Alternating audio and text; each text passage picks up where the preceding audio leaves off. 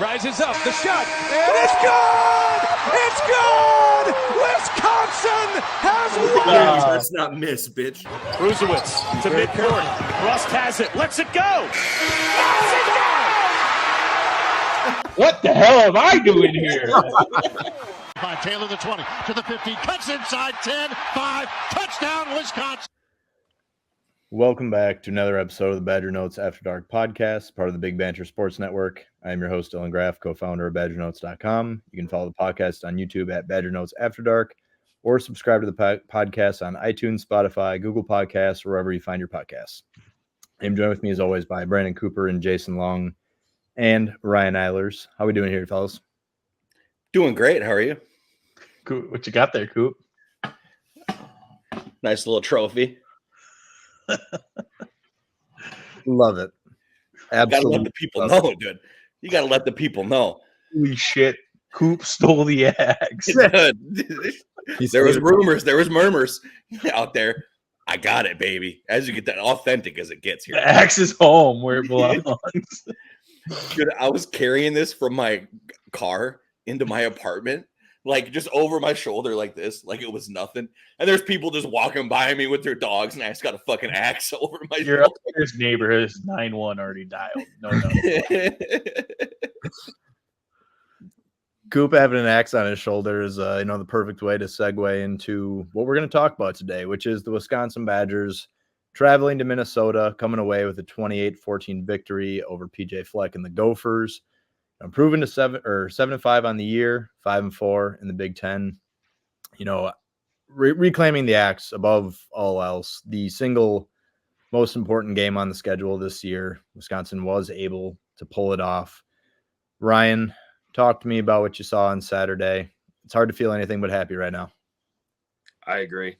The boys came out there. It was time to get the axe. They had heard enough.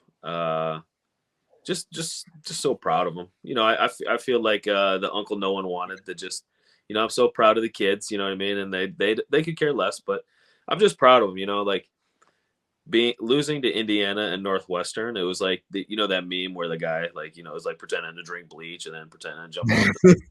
Like I was living that meme. And, for a good while there, I was calling for 40 burgers earlier in the season, and then I was contemplating if I was even going to renew my season tickets. I just had a wide range of emotions. But, anytime you can beat that doofus up there in Minnesota, I'm a little disappointed that our head man in charge didn't choke slam him. But, there's always next year.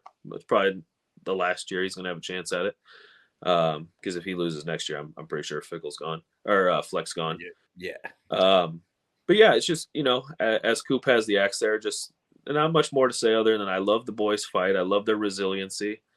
And I just, T's and P's to the Floyd of Rosedale, because now that Fleck and his wife don't have the axe to sleep with, I feel sorry for that little porky pig that they got from Iowa. So T's and P's to the pig and the Iowa fans. Yeah, the fact that Fleck, had the axe in his bed, absolutely disgusting. The boys sanitized it. Like it had to be done before that shit was placed back in the trophy case, but it feels good. Braelon Allen comes back this week. I don't know that I've ever seen somebody, recover like that over the course of a week, and I don't really care what it took to get him out there, but Agent Zero left it all out there. 26 carries, 165 yards, 2 scores, 3 catches, 27 yards. Hard to have asked for, more out of your star tailback. Jason, talk to me. What else did you take away from the game? Yeah, I said in the Badger Notes chat during the game that oddly enough, that looked like maybe the healthiest we've ever seen Braelon Allen 12 games into his season, which kind of stinks for us but it's also just like a testament to how good he's been throughout his career to put up the numbers he has while being banged up, and then doing that in his last game as a Badger, which is a little bit sad. I thought it was just great to see. This team, like Ryan, you said they could have folded, when they lost those 2 games. This could have been we could be having a totally different conversation. Was Fickle the right hire? Which we kind of went through a little bit, but the bounce back that they've had these last few games has just been we've seen flashes, we've seen glimpses of what what we expected to see, and I think the future is bright. Like that, what's that old saying? Like, you better get us now because you're not going to get us a lot in the future. I totally feel that right now. I'm all the way back in. Like, we coming. We come, baby. Goop, you got the axe on your shoulder. I do. Elaborate. Well, one, I'm sorry to university I had to steal this from you, but you got to do what you got to do for the show, man. I'm here to entertain. This is the original axe from 1890. Yeah, First time 1890. Turn it off. It's smaller than I would have expected. The boys make it look so big on TV, but Coop, you're making that thing look little. Paul Bunyan football trophy, dude. The W Club. Got to be real. It's got to be real. It's written on it. Yeah, I'm a big fella, man. This little axe in my hand, like a toothpick. But I'm here to chop wood. Boy. Swing my wood like a lumberjack, dog. But no. PJ Fleck, I want to go full-blown Godfather and decapitate a gopher and put it in his bed now to replace the axe like they did with the horse. Also, Braelon Allen, whatever military grade shit they injected him with, where's that been the past 2 years? Because whatever it was, it worked, brother. You want to talk about Michael's secret stuff from Space Jam? It was that on steroids, whatever they gave that man.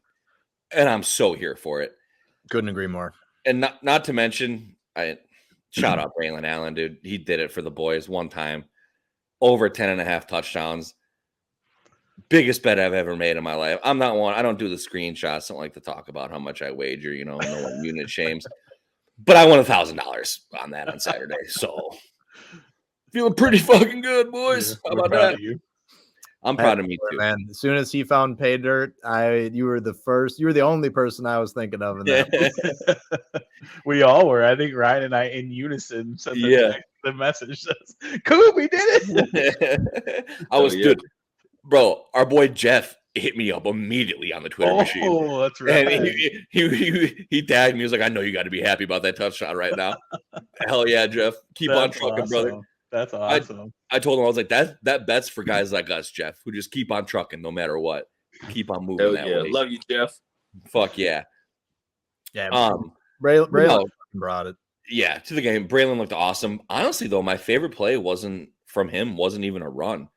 It was that it looked like Mordecai was going to run like a quarterback draw or something. Yeah. And they kind of went back in the pocket and had that beautiful throw. I thought, hey, I'll be the first. I've been the front of the line to fucking shit on Tanner Mordecai this year. I thought he made some awesome throws this past weekend, especially that one to Will Pauling. I put in our group chat, like, oh, Will Pauling, dog, like, love to have him. And like Jason said, he's like, yeah, man, but that touchdown throw was a fucking dart by Mordecai. So I thought he looked good, but that little fake draw, and then he steps back in the pocket, just slings one to Allen, and then Allen goes full-blown Adrian Peterson and just crucifies whatever. So hard to tackle the entire night, which is awesome. But and Mordecai said that they've been running a ton of quarterback draws over the last 2 weeks. Yeah, that play was 12 weeks in the making. Oh my god, it was great timing too. But yeah, this when Braelon Allen caught that, all I could think of was just like fumbling, bumbling, stumbling. He couldn't be tackled.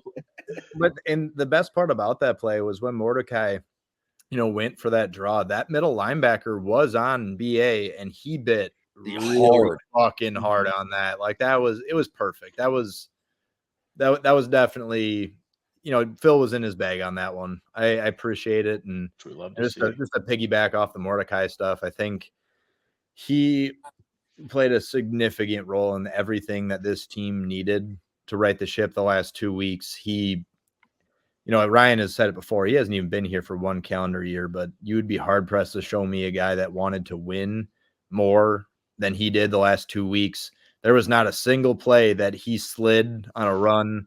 That guy went, he left it all out there. I respect the ever loving hell out of Tanner Mordecai.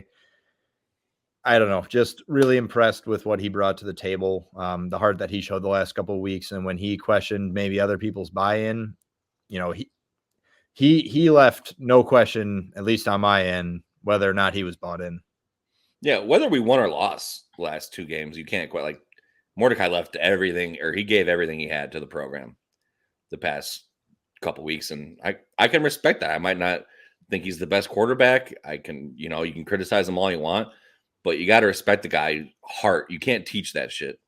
And he had a lot of fucking heart.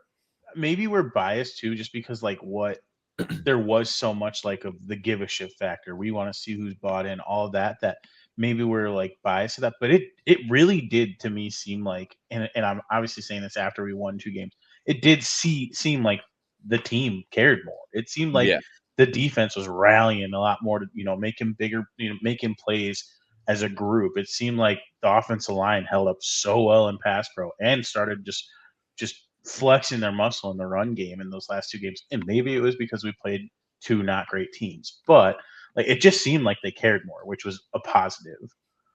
Well, not only did they beat the 2 teams that you say weren't as good, but they lost pretty badly to 2 teams that were just equally as ass. Absolutely. Yeah.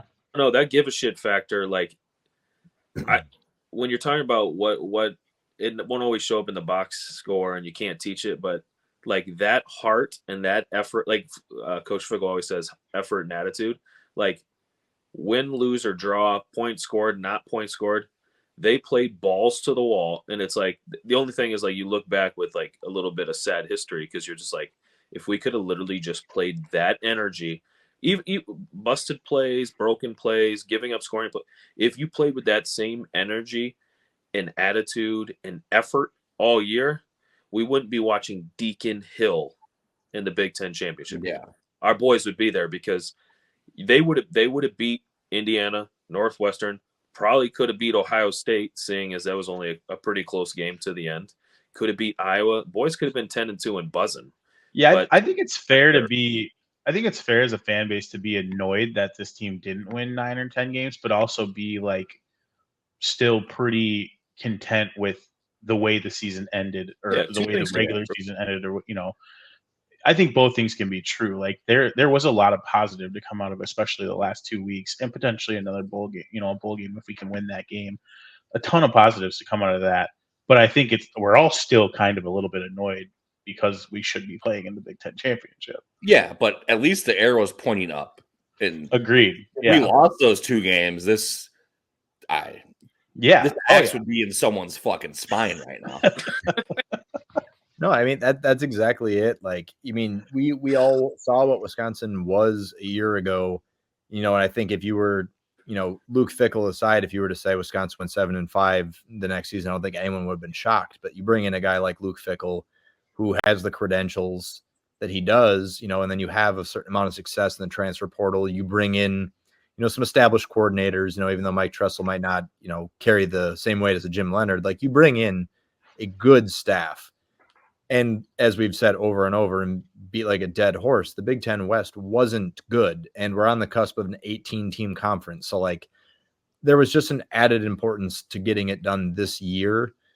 And that's I think why we are as disappointed overall as we are. It was more about all of the circumstances, like the potentially missed window here. However, as you said, the arrow's pointing up. At the end of the day, you are who you are, and we finally became a close enough version to what we thought we were supposed to look like at the end of the season. And I thought that was really encouraging. And Doug, before we move on, before obviously you boys move on, isn't there just something just beautiful about, even though we didn't get there, that in the entire rendition or edition, whatever word you want to put there, whatever we look at, legends and leaders, East and West, there's just something so lovely that Minnesota never, not one time, got to participate. I love that they try to cite their national championships that like happened before segregation ended. I saw. Yeah, you can't do that. Someone chirped Jake about that on Twitter. I'm pretty sure about Minnesota's national championships. Yeah, that's why I put it up there. The screenshot of when. Yeah. Okay. Yeah. There's a screenshot. It's like, yeah. That segregation ended in 1964. Their last title was in 1960. So the fact that they haven't done anything relevant since my parents were alive, it just became a proper society. Yeah, that's true. It just makes me smile to know that you have never had to pay for overpriced hotels in Indianapolis. You have never had to go to the convention center and have a blast with your kids. You've never got to experience it. And guess what? Still never going to. No. Also, that makes me think of the Shane Gillis bit where he's talking about Alabama when they were like before segregation. And it's like Bear Bryant. He's like, our whites will beat anyone out there. And then USC came in from like with a bunch of dudes from like Inglewood and shit and beat the fuck out of Alabama. And then Bear Bryant was like, all right, maybe. Like, maybe we need a couple like not whites. And just to piggyback off how sweet Minnesota's inability to capitalize on the Big Ten West, like PJ Fleck was just the first guy at the podium to throw his team under the bus and just defer all blame. I don't know if y'all have caught it this week, but quarterbacks are jumping ship. Like, how do you play for a guy like that? You love to hear it. You love to hear it. It's I don't know. Yeah, that's a tough look to go into a post game. Yeah, it's a tough look to immediately go into a post game presser and be like, "Yeah, my quarterback was super inconsistent this year." Yeah, and then 2 days later, he's in the transfer portal. Yeah, I'm shocked. Yeah, dude, I would if I was the quarterback, I would have interrupted his press conference and smacked the shit out of him. You're like, bro, you have an under 500 record in Big Ten. Yeah. Talk to me about inconsistent. Yeah, after 7 years. My last thing is like on Braelon Allen. We kind of touched that. Played his last game as a Badger. He announced today, Tuesday night, that he was going pro, which we're all assuming that means. Well, I mean, why would he play in the bowl game? Obviously, he wouldn't have announced most likely, but I just like selfishly wish, like, obviously he went out in a great way. He had a great game at Nebraska. I just wish like we knew before that it was his last game so we could enjoy it while it was happening a little bit more. You know what I mean? I don't know if that makes sense. I know it's selfish, but I think it would be fun to watch a bowl game of him playing and be like, this is our last time with our guy. Like, this is going to be sick. And I think we probably had a little bit, the way he was crying after the game, and he was like one of the only underclassmen chopping down the goalpost. Yeah, makes sense, but I still just wish we knew beforehand so I could enjoy it. Like, wow, because I feel like for me it was like once the game ended, I was like, oh shit, that's probably it. I totally didn't think about that until maybe I'm just in your day, like just before he leaves. He's top 10 running back all time. Like, at least do something for him. I agree with you. And I'm probably the minority here out of all of us. I still think he should have came back. I don't know about you guys. Well, that's what's funny. Like, I get it, but I still think he should have came back. That's what's funny, because when he got hurt, I was the one that was like, shouldn't he just stop practicing and go pro? And you were like, no, he should come back. And then he has, two decent, pretty good throwback game against Nebraska, and then a great game. And I'm like, where's he going? Why? What happened? I'm just a big dumb idiot this week. I honestly, I think that he had nothing to gain from returning. For me personally, like my opinion, I think that leaving was an absolute no-brainer. You're 19 years old. You play running back, incredibly short shelf life.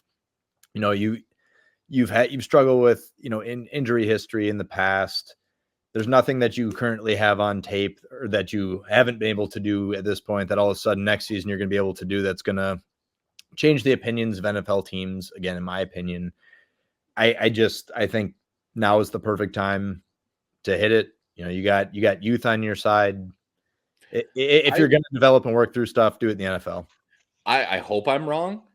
I just don't think his game translates to the league like it would have 20 years ago.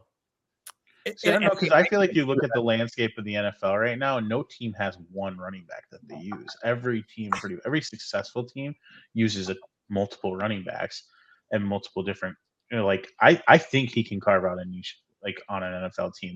Maybe he just gets make a roster. But I mean, I think the one thing that I think we might be undervaluing, because I wouldn't be surprised if he went like early mock drafts have him going in like the third round. So like. I got a really good for him. And I think he'll grade well. Like when he does the combine or does any pro day tests, like he's gonna grade well and stuff. He's gonna test super well. Yeah, I think to Jay's point, like the NFL has definitely gone to a more of a committee approach, and I think that actually favors him because we know that he's not he can't pass block for shit. No. He can catch fine, but it's mostly just like check downs. Like he's not somebody who you're scheming shit up for. You pair him with, a more adequate third down running back, and he can be a great 2-down back for you, I think, and, have a nice NFL career. I'm not sure that I'm sold on him, being a spectacular player in the NFL, but I think that's all the more reason to go right now. if he's like Latavius Murray career, it's a success. Absolutely. Yeah. Latavius carved out a decade in the NFL. Yeah. That's absolutely. But like you don't think of like, oh, Latavius Murray, that guy. He was on the field. Yeah, Like, he sure. was a Nobody's solid- ever been stoked about Latavius Murray. No. But he's like a solid player. Latavius Murray available in 75% of fantasy leagues right now. I see a lot of James Conner when I watch him. Maybe I'm just biased because I'm a Cardinals fan, but he's got a lot of James Conner vibes, like where he's he runs as hard as he physically can, and then he'll be dinged for a couple days, and then or a couple games, and then he'll come back and he'll run as hard as he physically can, and just between the tackles, not really catching passes in the flat. But I don't know, James Conner is I think a lot of GMs are going to see 6'3", 240 and probably going to run a 4.4 and be like, yeah, we fucking want him. So I like your comp a lot, Ryan. I haven't heard that one before, but I think that I completely agree with that. Like, you know what you're gonna get. He's gonna get dinged up, but when he's healthy, like he can provide a little extra oomph on offense. No, I like that too because I could see him like James Conner having a good year with the Steelers, getting hurt, getting cut, then going to a random team like the Cardinals and having like 17 touchdowns the next season. Like I could see that out of. But that's what I mean. Like even every pro team, like Derrick Henry has a Tajay Spears, like Najee Harris has a Jalen Warren, like yeah. I mean, Jalen Warren's so much better than the Packers have AJ Dillon and Aaron Jones. Like every team has. No, they don't. Kind of a thunder and lightning. The Packers don't have AJ Dillon and Aaron Jones. Let me put this in terms that you might understand, Coop. Zeke Elliott had Tony Pollard. No. Tony Pollard had Zeke, all right? And maybe it's just like my PTSD with Wisconsin running backs going to the draft. Because I was thinking about it after he had that post today. And just thinking about all the backs who have went like over the years. And I feel like isn't it crazy? I feel like it's a correct take. James White's the most successful one, right? Out of all of them. I don't think it's that close right now. Have you ever heard of Jonathan Bawale? Jonathan Taylor. How many field goals has James White kicked? I think JT's got something to say about that, or at least he's well on his way. But if you were to remove him, playoff game first. Yeah, if you were to remove him, I think that Melvin, has a certain amount of an argument. But yeah, James White, I think over the entire body of his career he was a complimentary piece his entire way. Like he was a useful player. The third down role was his. Like should have won the Super Bowl. He should be a Super Bowl MVP. Yeah, Tom Brady gave him the truck because Tom Brady knew that. Right. Yeah. I think that's fair to put James White up there as the most successful Wisconsin running back so far. He was awesome for the Patriots. But I do think Jonathan Taylor is like statistically probably going to get there at some point. That's fair. Yeah, it's just hard to give it to a guy that's hasn't even been in the playoffs. As well. Yeah. Historically, Wisconsin's decided they would get the better part of the mileage before sending their boys off. Smart. It's like Alabama. When you go to the draft, you leave with two things from Alabama: a championship ring and a surgery. Jeez, that checks out. You left out the degree. Well, there's a reason for that, brother. Surgeries, I got it. Well, does anybody have any last thoughts before we close this chapter and kind of move on to some of the postseason talk? I mean, we get the Music City Bowl, you think, right? I think right now that's kind of what it looks like, where it's headed, but we'll have to wait and see for sure. Which, not upset with the way the season. I mean, 4 weeks ago, if you told me we were in the Music City Bowl, I'm stoked. So I've been happy we're going bowling. Yeah. Amen. More football is always better than less football. Yeah, that's true. So today, fellas, the defensive and special teams all-conference list came out. Wisconsin had 2 members of their defense listed, and I think we'll take it from the top. Hunter Wohler was one of them. He came in on the second team by the coaches, third team by the media. And then our boy Rico Hallman got third team by the coaches and honorable mention by the media. Ryan, I'm going to give you the floor. What are your thoughts on where they landed? Were there any omissions? What are your thoughts on where those fellows came in? Yeah, I mean, I'm going to have to go over to Coops to get that axe for a second and go take care of and media offices. I mean, at some level, you just have to say we don't watch the games. I mean, that's kind of what it boils down to, because honorable mention for Rico when he is what leads the conference in interceptions. Oh, well, it's not about interceptions. It's about everything else you do. Then why is Hunter Wooler on the third team when he has the most tackles by a defensive back in the country behind one, I don't know, some group of five, nobody. No disrespect, but slight disrespect. Respectfully, disrespectfully. He's and then has 2 interceptions, a sack. It's like you look at some of the people that, specifically for Hunter Wooler, some of the people that are in front of him, are they going to be better NFL prospects? Sure. I didn't realize the award was for NFL prospects. I thought it was based on what you do between the lines.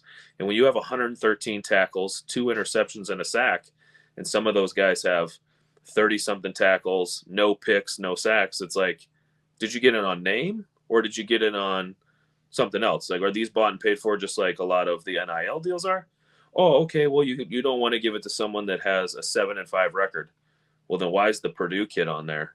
They're from 4 and 8 teams. Why is Minnesota had a guy on there the Minnesota guy is from a 5 and 7 team? Oh, he had more interceptions. He's a stud, though.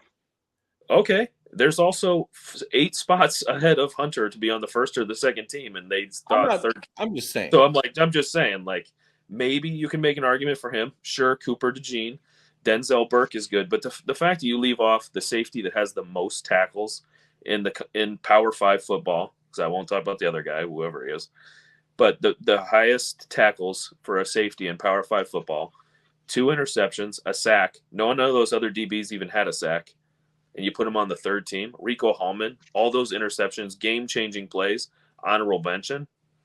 You could just miss me with those participation. You're just giving them the names at this point.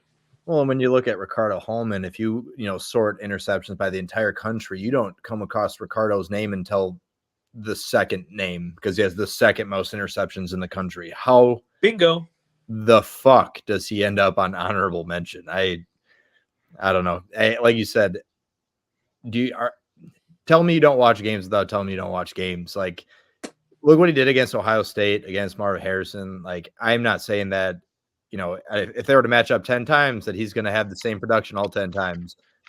But he showed up that night, and I don't know what more you have to show somebody. I think both of them were jobbed. Obviously, we're biased, but I think that when you pair the bias with just a little bit of logic, some of those things are kind of hard to add up. Yeah, and I don't get how stats don't support something. You know what I mean? If there's just oh shit, Coop. Oh no. Gonna take him out. Don't drop the axe. I just ruined my whole setup. Drop the mic. Don't drop. Yeah, but I mean, I just don't get how if they have the best statistics, if Rico had the most interceptions or tied for the most interceptions, how does that not project to a first or second team all conference? If Hunter Wooler has a lot of the tackles, so it's when you're saying if they didn't watch the games, you would think the statistics would be oh, well, this guy has great statistics. And then the other thing with Rico getting job the worst is like you said, he did it against Marvin Harrison Jr. at one point too. I guess the only knock that I can maybe understand is that Rico didn't travel. He only plays one side of the field. So maybe that's a knock. Maybe those other corners travel a little more and not his fault. But again, exactly, not his fault. You play the plays, just like you play the opponents that you're scheduled. You play where your coach puts you. And I mean, I don't know what else they could do to get on first or second team. Cooper DeJean, he played all 12 games, right? No. So he did travel to the side of the field for a couple games, right? But he still made first team? Okay. Yeah. Ryan, that man is white playing defensive. I don't know that Cooper playing cornerback. Guy that I would argue that with. Hey, I'm not telling you shouldn't be on the first team, team, best DB in America right now. So. Hey, I'm not arguing that. He's a great player. But I'm also saying, if he missed a couple games, he still made the first team. It can't be because Rico didn't travel to the other side of the field. I'm trying to understand why. Also, I agree with you guys that Rico should have been at least second team, right? I mean, I don't know. I just don't. I don't know what you're supposed to do if you have the best statistics in one of the primary categories of your position, and then you don't get awarded for it. It doesn't make any sense. I think I'd have a different take than maybe any Badger fan. Wasn't upset at all. Don't care. Who gives a fuck about the all conference teams? It's like the Pro Bowl roster. Like, and even with the Pro Bowl. Probably the correct take, by the way. What's that? Oh, that's probably the correct take, by the way. Like, who cares? And like, as for the Pro, unless it's fucking with someone's money that deserved to make the teams that didn't, that's the only time I care. Like when someone gets snubbed from like the Pro Bowl roster for like Tyler Huntley, or like they don't make an all pro team when they should have, and that's like $1 million incentive in their contract. Well, these guys don't have contracts. Yeah, it would be nice if they win the award, but who gives a fuck? Yeah, I'm only mad if Rico's mad. That's true. I stand with Ricardo Hallman. Rico, we'd love you have it on the pod to discuss. Let us know. Little fun tidbit that just made me think, because I was thinking about this in the car on the way home today, because I saw that the teams that came out, and it reminded me, I was like, yeah, I don't really give a fuck. Like I said, if it's fucking with someone's money, like the Pro Bowl, all time fucking with someone's money for the Pro Bowl. Bill Belichick, I had to look up the guy's name, but it was Peter Boulware. I believe he played a linebacker for the Ravens. And this is when, after they moved from Cleveland to Baltimore, and the Ravens owner, Art Modell, fired Bill Belichick. And so he had to name him, I think it was like an alternate or some shit, to the team. And so Bill Belichick named this dude to the team who probably like didn't deserve it. Don't really know, but probably didn't deserve it, because he had a $1 million incentive in his contract if he made the Pro Bowl. So Bill Belichick was like, hey, you fired me? Yeah, fuck you. Now you got to pay this guy $1 million because you made the Pro Bowl. Dog. But that goes back to like how petty these lists can get. Like you said, you don't watch the games or whatever. It's just about their name in college. Oh, this guy's a big name. He's a big recruit. He's supposed to be the best player. Let me just put him on the list. And that's why I don't care about these. Well, that's why I think I was today years old when I realized I don't care anymore. Like, because after hearing you give out logical and sound information, I'm just like, why was I mad about that? You're right, it is. And I'm just like, yeah, why do I care? But I was so mad at the beginning, like, how'd they gonna do our boys like that? And then I realized, yeah, those guys probably don't even care either, because they know. And then even what former Badger TJ Renaud, I think, retweeted my tweet of anger. It was like, the ones in the locker room know who's for real. And I was like, exactly. He made a good point.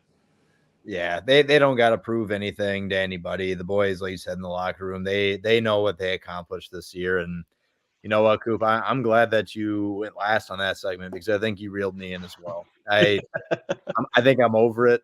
You know, in this, why should I get upset about that? I know who's good. Well, that was like a lot of Big Ten football. Last year, my ass was super chapped that Keanu Benton was disrespected with a third team. Like, are you kidding me? Yeah, but you know, now he's having a hell of a rookie season with the Pittsburgh. He got drafted in the second round. Yeah, he's doing big things for the Steelers, so I'm guessing that probably didn't stick with him. Did he? He's over it. Cash and checks, snapping necks, baby. You know, I think that's a good place to pivot real briefly to a little bit of basketball. You know, Wisconsin last night takes down Western Illinois, improves to 4-2. You know, they've won now 3 in a row. You know, they're rolling 4 in a row. Yeah, by mistake.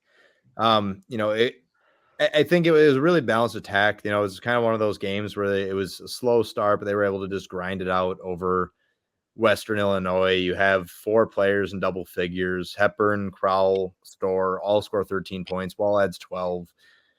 You know, there are some people that maybe don't buy into this team's depth. I think that Wisconsin is a much deeper team than they were a year ago. And, you know, Jay, do you have any strong opinions about what you've seen either thus far before this upcoming gauntlet that we'll get into?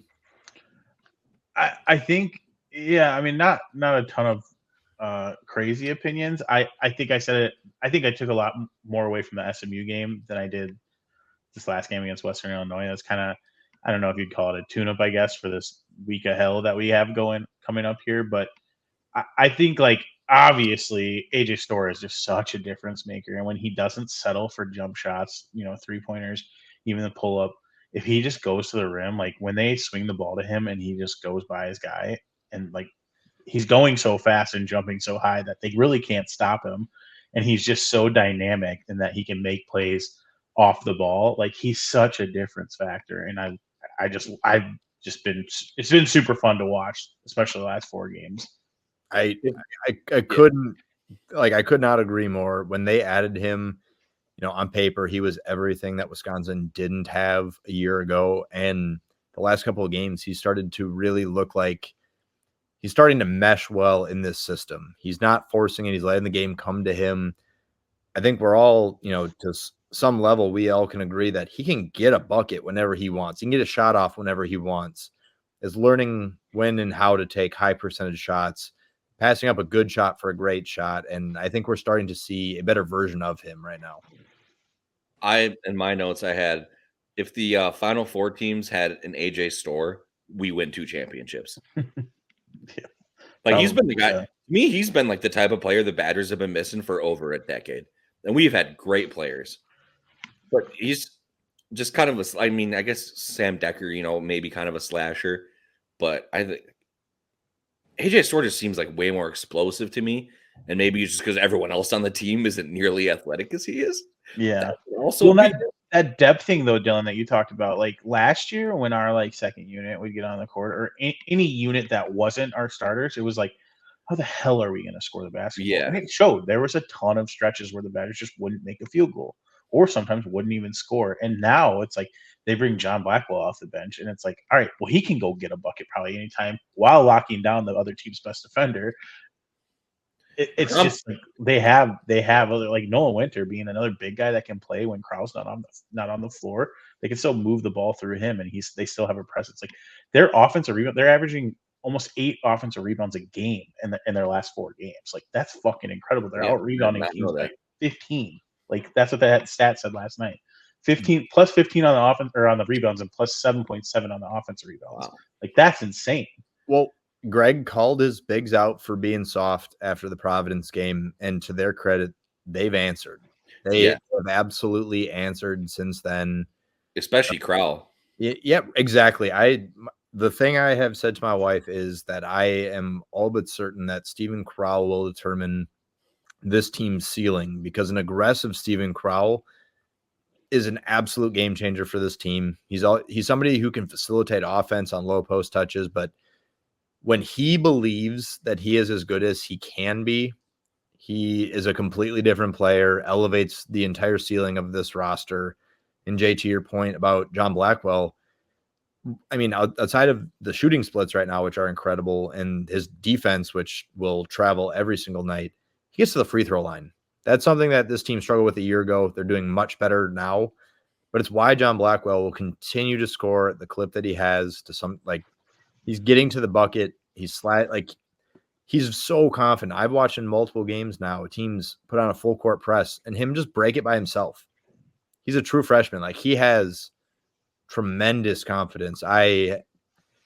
Watching him practice in the preseason, I knew that this kid was going to log minutes right away, but I don't think I had any expectation for what he has already been for the program.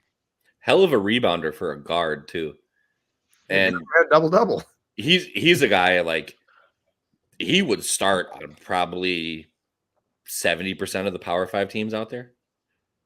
Hard to argue with. I mean, it's fair to think that he could potentially overtake a starting spot from Klesmit at some point in the season. Like I don't think he will be, just because like they don't need him to, honestly. No. But, like right. And it's nice to have him come off the bench. Yeah, someone on the second unit who can get you buckets. But like Klesmit doesn't do anything that John Blackwell can't do. So that's what I mean. Like, I totally agree that he could start anywhere. He could start here too. So yes, I think that there's a certain amount of benefit, like with the starting lineup that you have with like each of those guys are people you want to manufacture touches for. That having a guy like Klesmit, who's a terrific defender and a low usage offensive player, maybe benefits your team as a whole, so that John, when he does come onto the court, can be looking to score and be a little bit more aggressive, where if he was starting and with that unit, perhaps he wouldn't have as many touches. And who knows? who knows? Maybe his game would translate just as well into the starting lineup, but at least for the time being, I'm definitely loving what I've seen out of John. And Guard's shown that he doesn't care who starts the game. It's not who's going to finish the game. Right. In that entire Fort Myers tournament, like they went with whatever lineup was working down the stretch. So, obviously that's what you should do, but Guard hasn't shied away from that this year. He's not just going to throw his starters out there just because they're his starters. Ryan, what did you think about the substitutions at the end of the game? Oh, Who, me? Well, I got that for a little bit later. Yeah. All right. We'll now I know it. I didn't know where you're going, but now I get it. Yeah, Call it teaser. Wait on that. But as far as like the game itself, I could sit here and listen to y'all talk basketball because I love watching it, but I'm like a dog, so I just watch the ball. I'm not as nuanced in the basketball watching. I mean, I love it. I know it enough to talk about it. But and you guys are like music to my ears just talking about it, all the nuances. I just wish that I know AJ Storr has the size and the frame and the pedigree being at St. John's and coming here and just he's probably not going to be here for 3 years. I can imagine he's probably going to go to the NBA or test his luck at some point, but I would love to watch that guy for another 2 years here, grow and develop, because anytime he takes you to the corner store, oh man, when he caught the ball on the wing, and then when he came in, remember he caught the ball, came inside on the slash, and came to rise up and yam on Buddy, and the ball got knocked away. I literally almost got off my couch. I'm like, oh, someone's getting baptized. Yeah, I know exactly what I mean. That's what I mean. Every time he like catches a swing pass and goes to the rim, like they don't have a choice because if they get in his way, they're going to foul him. Otherwise, he's going to just literally put him on a poster. And it's like when I watch him, I kind of see a little Khalil Iverson, but it's like I don't know if Khalil had this outside game. Like he couldn't hit a three as I'm too dumb to know what percentage. No, I agree. Yeah. Khalil couldn't shoot from beyond the arc. There was no threat of Khalil shooting the ball. Yeah. Somebody Story, goes like you have to respect AJ's outside game at least. Right. Yeah, Right. He shot 40% from beyond the arc a year ago at St. John's. Like this is a guy that if you go under on a ball screen, like he showed last night a couple I was times. about to He's say, not afraid to shoot He's gonna take it. Like greenest light in the league. love it. I like that Butch had to point that on the telecast. Like he's learning to just not be a gunner. He's learning to work out in an offense. They play a little loose up there at St. John's. Way to sound like yelling at Clouds guy, Butch. Yeah. I mean, it is a huge like cultural change from just the way that they play ball standpoint. But like he has shown a willingness to acclimate. I mean, I don't have an issue with him getting up 15 plus shots in a game if that's what the flow of the game brings to him. But the version of him that we're getting right now, like he's learning how to take great shots, how to play within the flow of the offense. Like I think he's got one of the highest ceilings of a player we've had walk through these doors in a while. Yeah, and at the beginning of the season, and I get it, like you're new to the team, it just felt like he was forcing way too many shots. Yeah. And I mean, way too many. It was like maybe a 3 to 5 a game, but you're just like, we didn't need that out of you there. But he's starting to get more acclimated, which love team guys like Bo Ryan. Like you take one ill-advised shot, yeah. and I'm still sitting on my couch with my wife, like, "Oh, get him out of there!" Like, I feel like Bo taught me to have the shortest leash ever. Like, bro, Sam Decker's poor dog. Like Sam Decker's probably still got PTSD when he's playing overseas. Yeah. He's like, "Oh, I just took a bad shot. Bo Ryan might fucking pull me here, boys." A couple of weeks ago, somebody on Twitter posted a picture of Bo chewing Sam's ass on the bench, and Sam replied back, like, the best part about this is the game's only 1 minute and 40 seconds in. Like, man, Bo is the realist. I don't know. Love the guy. Also, Bo Ryan, strongest knees I have ever seen in my life. That dude was in a full squat for probably 15 years equivalent of his life. That's probably accurate to some degree. Wasn't sure where you're going with that. Wait a second. No, buddy, get your mind out of the gutter, then. Okay. Yeah, swing your weight like a lumberjack. You're right. You've been holding an axe for the last 20 minutes. I don't know what's going on. Hey, as you can see, Greg Gard's got a little squat to him too. Maybe he was getting the promotion pads working. Who knows? I think that's a good jump off point to talk about the stretch that we got coming up starting on Saturday Wisconsin is going to welcome, number 3 ranked Marquette to the Kohl Center. Obviously, that every single year is going to be a big one. We'll follow that up on Tuesday by, traveling to East Lansing, which Wisconsin has not had a lot of luck in. Very, very few wins have come for the Badgers in East Lansing. And then we'll finish the week the following Saturday, on the road against number 2 Arizona. What does a successful week look like to you, Jay? If you can get one of those, I think it's massive, honestly, because like you said, like we never play well against Michigan State. So it's like the one that the most optimistic, the one I think, like, we're in a must win already against Marquette, I think, because you're at home. Yeah, they're ranked 3rd in the country. Like that win takes your program, it just vaults the Badgers program. I don't know that the Badgers will be. I mean, I know they won't be favored in any of these 3 games. So I'd say 1 and 2. If they can get out of this week with 1 win, that'd be massive. Ryan, if you had to put your stamp on one of these, saying Wisconsin will walk away with the W, which one is it? I'd probably say Michigan State. The Marquette one is always the rivalry game. You never know. Arizona is always Arizona. And anytime you go up to Rocket Fieldhouse, Contractor, Tuggerville, whatever they name their arena after whoever gave the most money of the week, I don't know. I think Guard can exercise some demons and actually get the win up there. Marquette is probably a close second just because it's at home, but I don't know. Arizona, just be competitive, please. But yeah, probably Michigan State.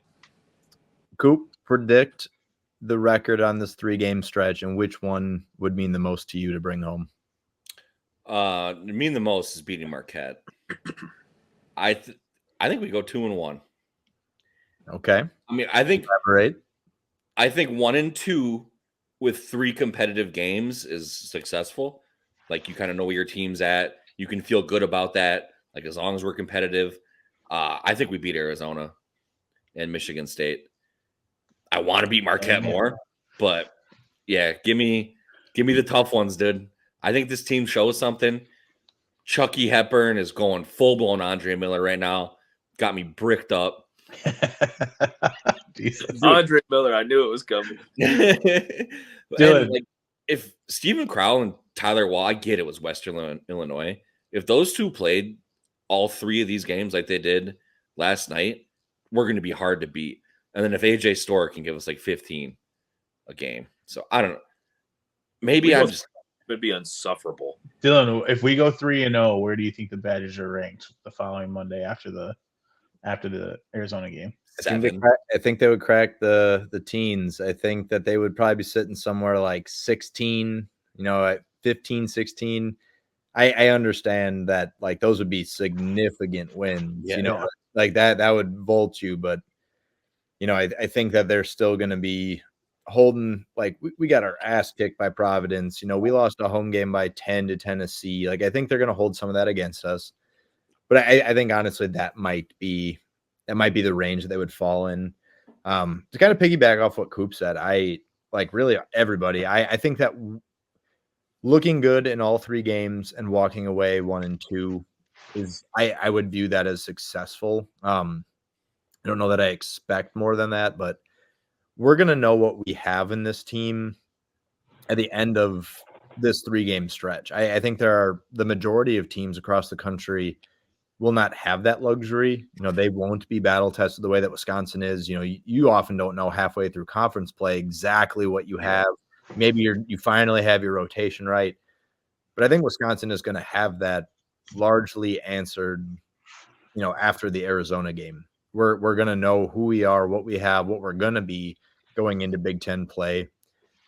For better or worse, I think Wisconsin is going to have a certain amount of an advantage on that, like, in that respect. I think that they will also win 1 of the 3 games.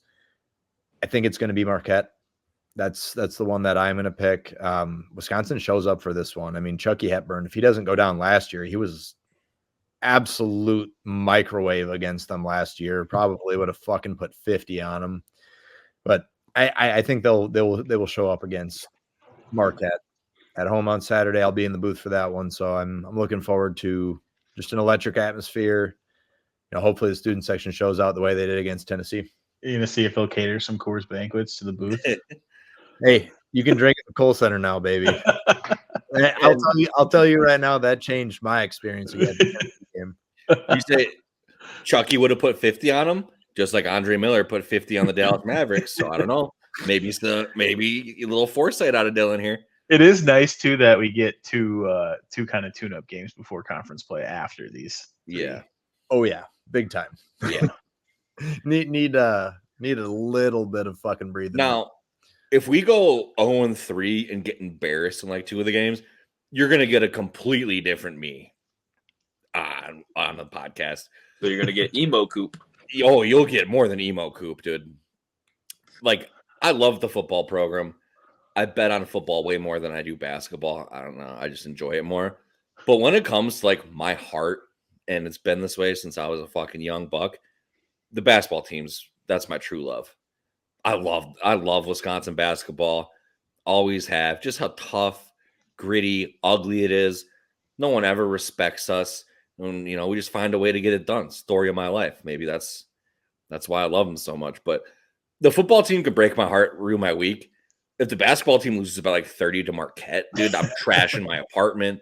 I'm burning vehicles to the ground. I don't know what I'm doing. Yeah, I'm with you, man. The Badger basketball team will always hold a special place in my heart. That's right there for me. I think that, fellows, at 51 minutes will bring us to our final segment of the week. What are we doing here? Moment of the week.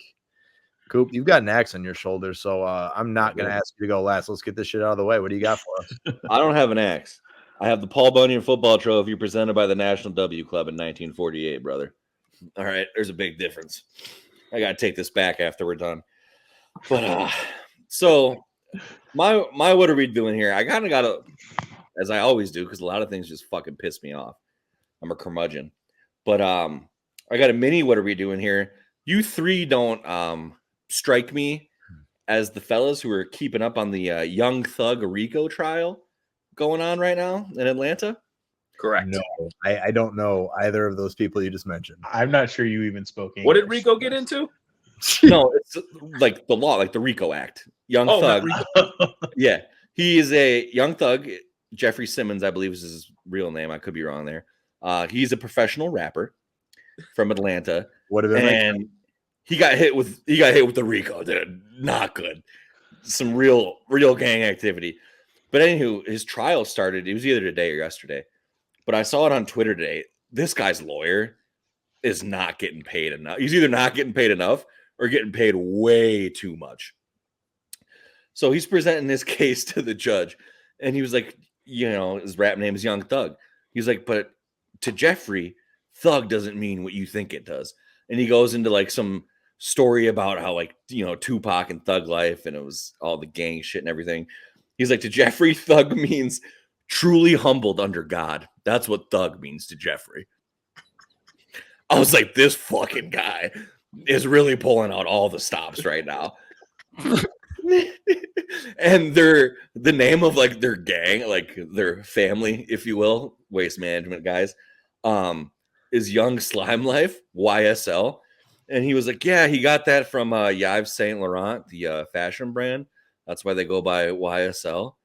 So shout out that lawyer, dude. Doing everything he can. I did see that. Is this the guy that said pushing P means pushing positivity? Yeah. Yep. Yes, it is, Jason. Pushing positivity. Brother, one, pushing P means two things. I mean, pushing P means like you're a player. Like, you're a player. You're pushing that play shit. Or you're pushing powder, dog. You're selling drugs. Pushing positivity. Yeah, pushing positivity. This podcast is a pro pushing positivity podcast. Yeah, we pushing P. Me and Jay pushing P, dog. Jeez, we should get Young Thug to do some reading at elementary schools. It's the logical next step. Yeah. So it made me chuckle. I mean, the guy's, I guess I shouldn't laugh. He's facing like life in prison right now. So it's a pretty fucking serious case. But this lawyer, like I said, he's either getting paid way too little or way too much. We'll find out soon enough. My main, what are we doing here? And I'll try to keep it quick. Texas A&M. Fellas, what are we doing here? First off, you signed Jimbo Fisher to the most ridiculous contract I have ever heard of. He gets $75 million guaranteed from his buyout, no matter what. Most of the contracts like that, they have it set up like if you take another coaching job, you don't get the fucking money. Like you owe that difference back, or however it goes. Like that. Yeah, offset language. Yep. Yeah. Not Jimbo. Hey, shout out Jimbo's agent, dude, getting that bag. Absolutely. But so A&M, they're willing to spend any amount of money on their football program, and they still fucking blow, which is just hilarious to me. And then the Texas A&M yell leaders are literally my least favorite people on the face of the earth, besides Nebraskans. Dude, they're the worst. It's like these 6 or 8 fucking douchebags who wear overalls and do all these fucking like chants and cheers during games. And they have practice every Friday at midnight before the game, doing these yell things and these stupid fucking signs like "Gig 'em Aggies." Fucking dumb. I literally created a burner Twitter account just to harass the Texas A&M yell leaders. So I'm exposing myself right now, but Daddy Fat Sacks is harassing Texas A&M, and I got about 4 tweets in the chamber. When we're done with this podcast, I'm about to hit him with, because what I saw today might be the most disgusting thing ever. You talking about the swaying? Dude, at the press conference? Like wag surfing. Did you see who was standing in front of the press conference? Country swag those doofuses. It was the yell leaders were at the fucking press conference doing their fucking chants and shit. It's like the media and all the fucking board members, whoever was there. And everyone is up on stage swaying. And what's his fucking name? Mike Elko or some shit like that. The guy they hired literally looks like the most uncomfortable human being I have ever. You can tell he is rethinking the choice immediately. Yeah, he's rethinking every decision he has ever made in his life right now. Hey, and he came from fucking like Duke. Kelly. So Texas A&M, they just grind my fucking gears. I hate the yell leaders. They might get this axe, dude. That's probably what happened, because they said Stoops was going to take that job, and I saw a rumor that he flew there and then got there, and they said they weren't going with him. Stoops probably got off the plane, and the yell leaders were there, and Stoops said, he was like, "Man, I'm going back. Yeah, I'm going back." Fucking Kentucky, dude. Yeah, I think that's totally fair, man. That yeah, I'm not sure I buy what they're selling right now. You know, I loved me some Johnny football, but I think that's where my love for Texas A&M ends. Also, I definitely almost tweeted from my real account today that was supposed to be from my burner account. So Kevin Durant, I get it, brother. It's an easy mistake, dude. You heard it here first. Frozen Pizza Coop, Kevin Durant, one and the same. My jump shot's pretty, dog. You know that. Ryan, bring us home. Well, I mean, he's a Tri-County basketball guy. I mean, goddamn right. No, yeah. Usually, my what are we doing here is I usually try to embarrass somebody or call someone out or try to poke fun at somebody. But today, my what are we doing here is an educational research project. I want to understand more about the process. So when I think leatherneck basketball and I'm watching the game and the boys are putting a hurting on them and the corner store is open and it gets to the end of the game and we got 9.6 points per game Isaac Guard out there getting some burn, and then I see Gus go to the table and then he comes back. I have a lot of questions. Number one, why are we sending him to the table and then coming back? If Isaac Guard, who is can't even get double, no disrespect to Isaac Guard, you earned your spot on the team. Totally get it. But if 9.6 in Oregon high school is getting you on the floor and you got a 4-star kid from an Indiana prep, La Lumiere, a little bit of pedigree, going to the scorer's table and come back. I know he's had his off the court. I got to get out of football talk. Off the court issues, but to me it's one of two things, and this is what are we doing here? I'm trying to learn, Mr. Coach Guard. What is that, to embarrass him because he made mistakes? Like, hey, go check in and come back, or is it I've read on Twitter, I don't know if it's just rumors, but it's, oh, he just chose he didn't want to burn his red shirt. So wait a second. We're allowing so if that's the case, we're allowing 18-year-olds to determine whether they want to burn a red shirt in the heat of the moment in the end of the second half. Like, that's not something that's discussed before. Is there like any internal controls going on here? Or was that just send him to the table, let's embarrass him by calling him back? I don't know. It's one of the two. You're either embarrassing him or you're letting him call his own shots. And I don't know that we need to call our own shots with live bullets going. That, to me, I'm not understanding. So what are we doing here? So I have a different theory. He wasn't burning his red shirt. He was burning something else and accidentally walked up to the scorer's table and then realized he wasn't supposed to be there. I have a slightly different theory. And I hope so. That's Coop took the words right out of my mouth, honestly.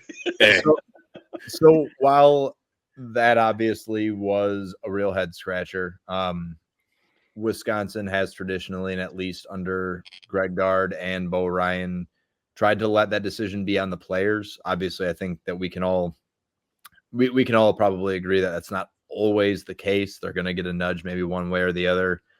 However, that's always been the players' decision. But what makes this a little bit more puzzling is that a week ago, Greg Gard was asked about Gus Selden redshirting, and more or less said that that's not likely. That's not probably what's going to happen. And so I think that adds an extra layer here that makes this more confusing. However, I will say that this is actually not the first time in my Badgers basketball fandom that somebody presumably has decided to maintain their red shirt while at the scorer's table. Jared Utoff actually had done it in the past. That's, when he was still a Badger, that was pre-Iowa days. But so that is my recollection of it, and my best guess is that was a Gus Yeldon decision. Gar was not asked about it after the game, so all we are left to do is draw our own conclusions. Again, my best assumption is that was Gus Yeldon deciding that he would like to maintain his red shirt, but it's just. But then I have so many more questions. And number one, don't we decide that before the game? Like, hey, you can wear the cool warm-ups, but just get comfy. I don't understand why you're putting him in a position to go up there and then because to me, just being the stooge sitting on the couch is like, oh, does he not want to play? Is he he doesn't want to play on this team? Oh, then my mind starts going and I'm like, oh, okay, you want to save your red shirt because you're going to transfer now. Because why are you just so if they would have inbounded the ball or knocked the ball out of bounds and you got your substitutions, that 4 seconds you would have burned it, but now you won't. I have a lot more questions about the process. I understand you want to let the players decide. It's their career if they want a red shirt or burn it. But maybe let's have that discussion before we're at the scorer's table. Yeah, I think that's totally fair. I know we're running over an hour here. Shout out to the couple people in the comments that will always say they want more content. Here you fucking go. You want it, we deliver, baby. I'm a big looks like guy. Dylan knows this. But I've always said Greg Gard looks like Walter White if he didn't sell meth, if he didn't have cancer and sell meth. Greg Gard, another one triggered watching the game yesterday. He looks like Father Pat from Semi-Pro. Yeah, Doesn't it really does. Jackie Moon's like, I'll murder your whole fucking family. I get a lot of Red Foreman from that 70s. Oh, that's a good one too. On next week's pod, we're just gonna talk about who Greg Gard looks like. Greg Gard starts putting his foot in people's asses. He's National Coach of the Year. Yeah. Well, fellas, I think at an hour and 4 minutes, we've really outdone ourselves. Episode 15 has been the longest episode on the books. If anyone has managed to listen this long, we appreciate having y'all. On Wisconsin, we'll catch you back here next week.